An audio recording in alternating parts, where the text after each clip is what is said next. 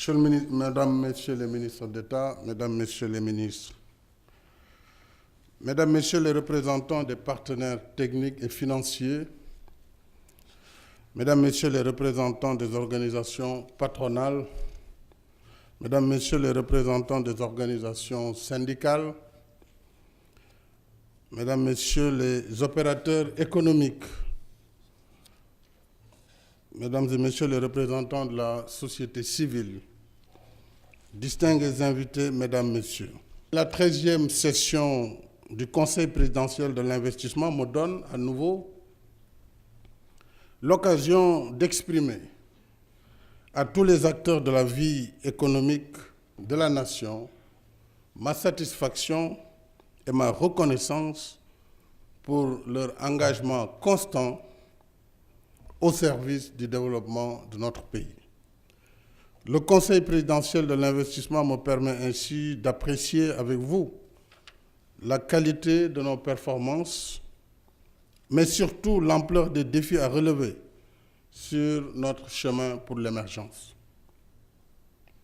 Le Conseil présidentiel pour l'investissement est donc la boussole économique et sociale qui nous indique les voies à emprunter afin de bâtir ensemble une prospérité durable fondée sur une croissance forte, soutenue et inclusive.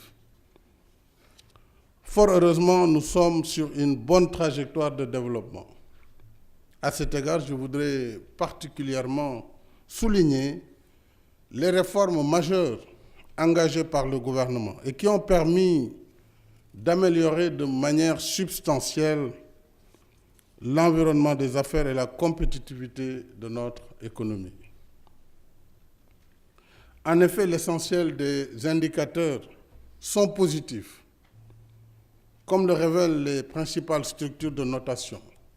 L'enquête Doing Business a présenté les avancées notables en matière de transfert de propriété, délais raccourcis, coûts de transfert abaissés, ainsi que l'amélioration du taux de recouvrement des créances d'une entreprise déclarée en situation d'insolvabilité.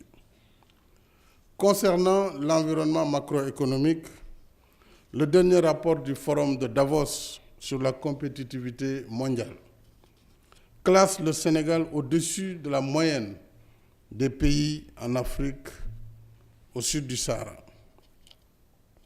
Ce même rapport confirme l'amélioration de la qualité de nos institutions et de nos infrastructures. Mesdames et Messieurs, le Sénégal est redevenu attractif car nous avons su renouer avec la compétitivité. Et cela explique d'ailleurs la confiance renforcée de nos partenaires techniques et financiers. Grâce aux importantes initiatives engagées, notre croissance économique est projetée à 7% en 2018.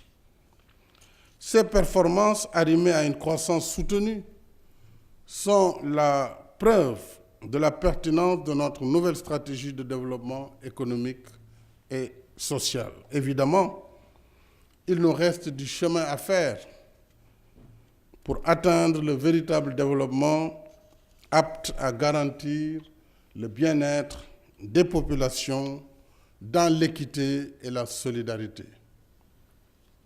Il nous faut donc poursuivre sans relâche avec organisation, méthode et rigueur l'intensification de la mise en œuvre des plans d'action prioritaires qui va être le second plan quinquennal du PSE.